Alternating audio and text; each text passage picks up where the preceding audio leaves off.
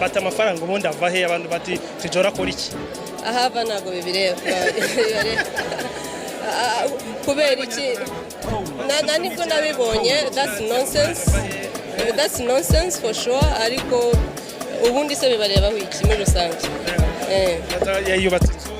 umukobwa wa Miss Rwanda Mutesi yahamagajweho n'urwego rw'umuvunyi ngo agiye gusobanura inkomoko y'umutungo we. Wakibaza ngo ese noneho muri no Miss Mutesi ahamagajwe amerewe ate ameze ate ko ibyo kwigaragaza cyane ku mbuga bitangiye kumubyarira amazi nk'ibisusa. Ese undi wakibaza ngo byagenze gute niki yakoze no kugira ngo urwego rw'umuvunyi ruhite rumuhamagaza ngo ajye gusobanura inkomoko y'umutungo we. Cyane cyane ko mu minsi ishize nibwo abantu ku mbuga nkoranyambaga ahantu hagiye hatandukanye bakomeje kugenda bibaza ati se Mutesi ko tuzi neza ko nta kintu afite acuruza, ano mafaranga afite ayakura hehe, ese ubundi akora iki? Hanyuma Mutesi agakunda kugenda asubiza abo bantu avuga ko ibyo akora nta muntu bikwiye guhangayikisha ngo yibaze aho Mutesi akura amafaranga kuko nta numwe bireba. Muri iyi video ngiye kugusobanurira neza ubuzima ndetse kubwira nuko bimeze uko situation ubu ngubu zimeze nyuma y'uko Mutesi ahamagajwe n'urwego rw'umuvunyi ngo ajye gusobanura inkomoko y'umutungo we. Ubu tusabwa wibuke gukora subscribe hanyuma utwandike no muri comment wowe uko byumva niba ubona akwiye guhamagazwa gasobanure inkomoko y'umutungo we kabone n'ubwo byaba bidasobanutse.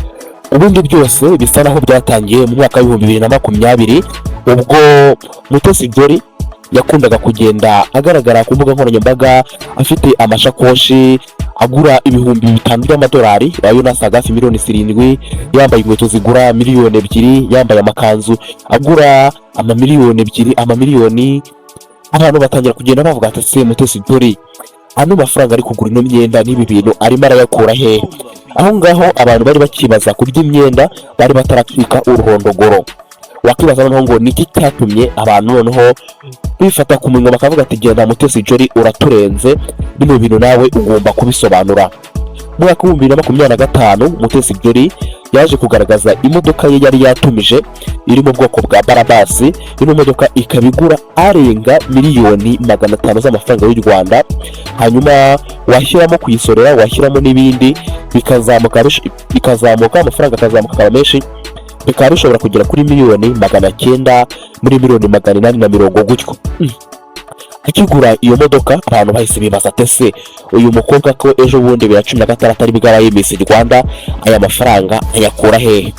Abantu ku mbuga zigiye zitandukanye haba kuri Instagram haba kuri TikTok haba kuri X bakomeza kugenda bavuga ati ariko n'umukobwa bamucungira hafi asobanure aho yabera ko amafaranga agura imodoka ko na bamwe mu bantu bakomeye baba batazigura uyu we yaba yakuye he. Noneho muri uwo mwaka wa 2026 nibwo abantu noneho baje kubura icyo bavuga babura yubakira babura nayo bamira ubwo Mutesi yerekanaga inzu ye yari amaze kuzuza hano kwirebero. Inzu ye ikaba yari ihagaze asaga miliyari arenga miliyari we niko yitangarije ubwo yaganiraga n'ikinyamakuru cy'igihe cyamusuye, hanyuma nawe akagitembereza inzu ye bagenda bafotora. Abantu baravuga ati se ni gute bishoboka ko mu gihe kitageze no ku myaka 2 umuntu yaba aguze imodoka miliyoni 700 hanyuma agahita yubaka n'inzu ihagaze arenga miliyari imwe amafaranga y'u Rwanda? Bateba ibintu noneho ntago bisobanutse. Mutesi akwiye kuganirizwa agasobanuzwa neza aho akura amafaranga ye kuko turabona ibi ngibi ntago mu Rwanda tubimenyereye. Ubundi nkibutsa ko ibintu byo kwerekana ubuzima bwa gisitari bimenyerewe mu bihugu bikomeye cyane cyane byo muri Afrika ikizweho cyane ni Nigeria, Ghana hanyuma na South Africa birahaba ariko ntago bakunda kubigaragaza cyane mu gihugu cya Nigeria. Mu gihugu cya Nigeria na za Ghana niho hantu haba na za Tanzania niho haba abasitari bakunda kumurika umutungo wabo. Hanyuma rero kuko mu Rwanda bitari bisanzwe abantu bamwe batangira kugenda bavuga ngo bwaba ari ubwibone, abandi bakamushyigikira bakavuga ati niba umuntu afite amafaranga ye yemerewe kuyakoresha uko abyumva, akaba yajya ahantu akagaragaza ko ari umukire, akagura amamodoka, akambara imyenda ihenze.